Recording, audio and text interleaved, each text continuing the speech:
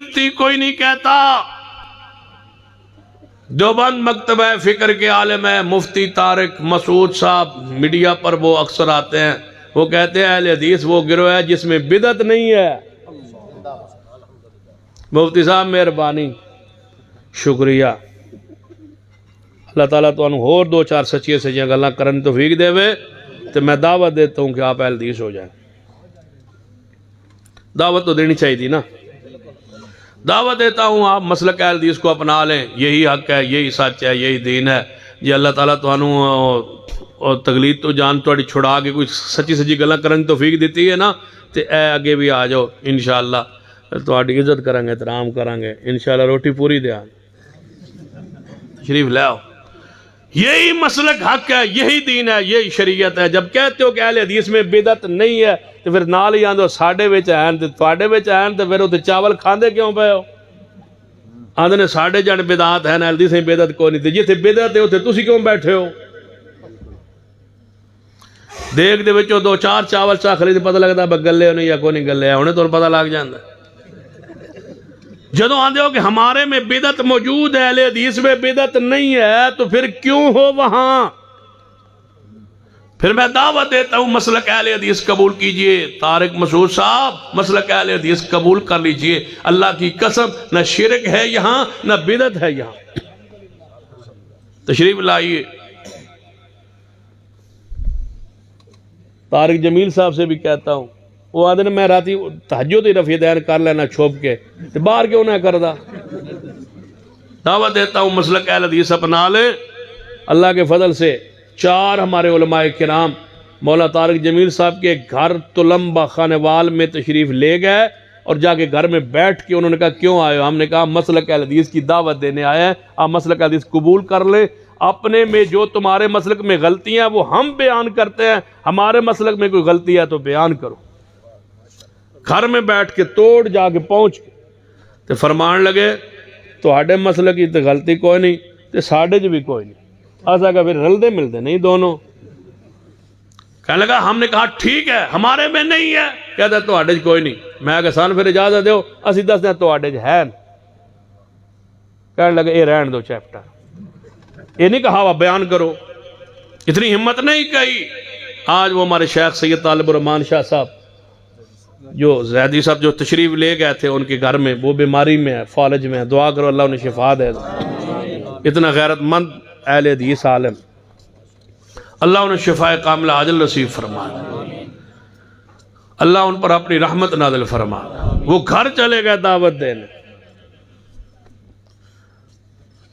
ہمیں کوئی دعوت دے وے سے سان کوئی آکے نا تسی ساڑھے مسئلے کے جا جاؤ، اسی چھلانگ لے کے اس داڑے پہنچ جائیں گے. آؤندے پہ اندہ سو کتے سچ لکھیا تو سان کوئی کہے نا میں نے کوئی کہے کسی مسلک دا مولوی بات تسی ساڑھے مسلک تے آ جاؤ اسی تو دعوت دینے.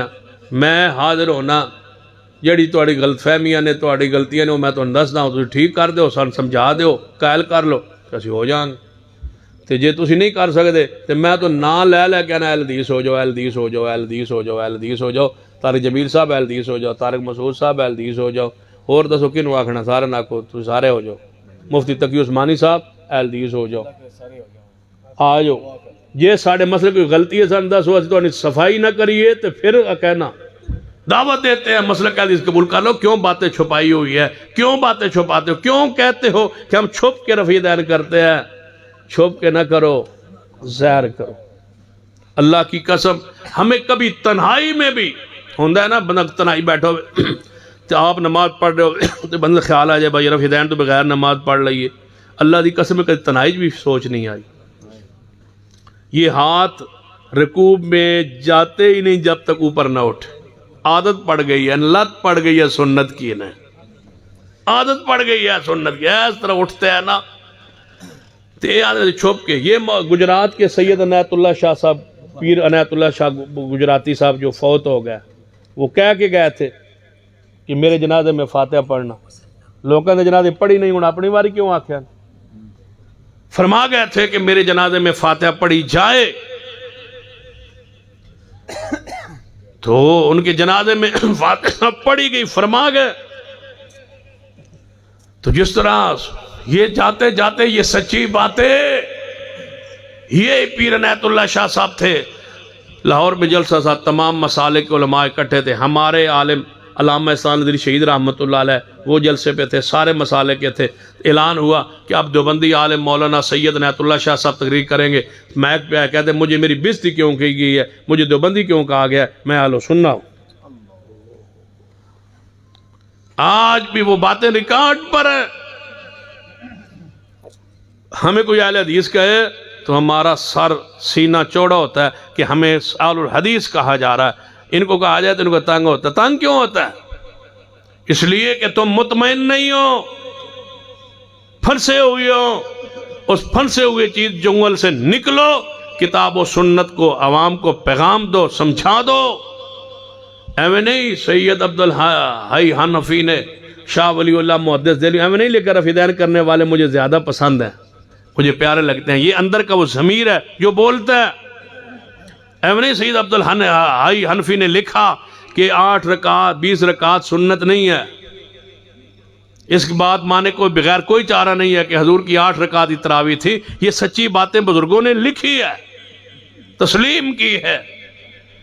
ہم نے کبھی نہیں لکھا کہ رفیدین کے بغیر بھی حضور نے نماز پڑھی ہے، ہم نے کبھی نہیں لکھا کہ ہمارے کسی عالم نے کہ حضور نے آمین کے بغیر، اونچی آمین کے بغیر بھی کوئی جاری رکعت پڑھائی ہے، ہم نے آج تک یہ نہیں لکھا۔ تمہارے کیوں لکھتے ہیں کہ چھپ کے کرتا ہوں، سہنے کرتا ہوں؟ یہ کیوں کہتے ہیں؟ اس لیے کہ اپنے مسلک پر، اپنی منہج پر، اپنی تحقیق پر 100% مطمئن نہیں ہے۔ اللہ کی فضل سے مسلک اہل حدیث کو ہم ایسے سمجھتے ہیں جیسے قرآن اور حدیث کی دوسری تفسیر، دوسری تحریک مسلک اہل حدیث ہے۔ جو مسلک اہل حدیث ہے وہ کتاب و سنت ہے، جو کتاب و سنت ہے وہ مسلک اہل حدیث ہے۔ ہم ایک ہی چیز کی یہ 2 نام ہے۔ کتاب و سنت کو مسلک حدیث کہتے ہیں، جو کتاب اللہ میں نہیں ہے وہ ہمارے مسلک میں نہیں ہے، جو حدیث میں نہیں ہے وہ ہمارے مسلک میں نہیں ہے جو کتاب و سنت میں وہ ہمارا مسلک ہے۔ اگر کہیں غلطی ہے تو مجھ میں ہو سکتی ہے، آپ میں ہو سکتی ہے، مسلک میں غلطی نہیں۔ جو کچھ قرآن و سنت ہے، آج بھی ہم کہتے ہیں، آخری بات جو کہنے لگا ہوں آپ سے، فیصلہ کن، وہ سن لیں۔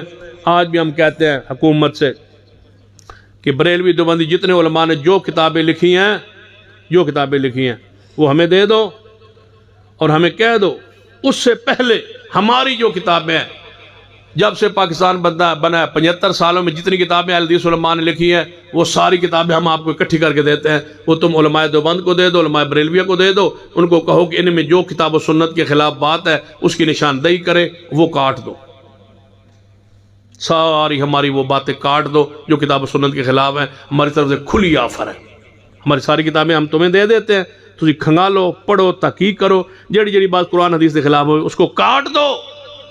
تو جدو ساڑیاں کٹ جان پھر تسی اپنیاں سن دیو، تو پھر اسی نشاندہی کریے، تو پھر حکومت وہ بھی کٹ دے وے، تو جدو وہ بھی کٹ جانگیاں تو یہ بھی کٹ جانگیاں، تو پھر پیچھے کی رہ جائے گا؟ کتاب و سنت اور مسلک اہل حدیث۔ تمہاری کتابیں جب ختم ہو جائیں گی تو مطلب ہے کہ تمہارا مسلک ختم۔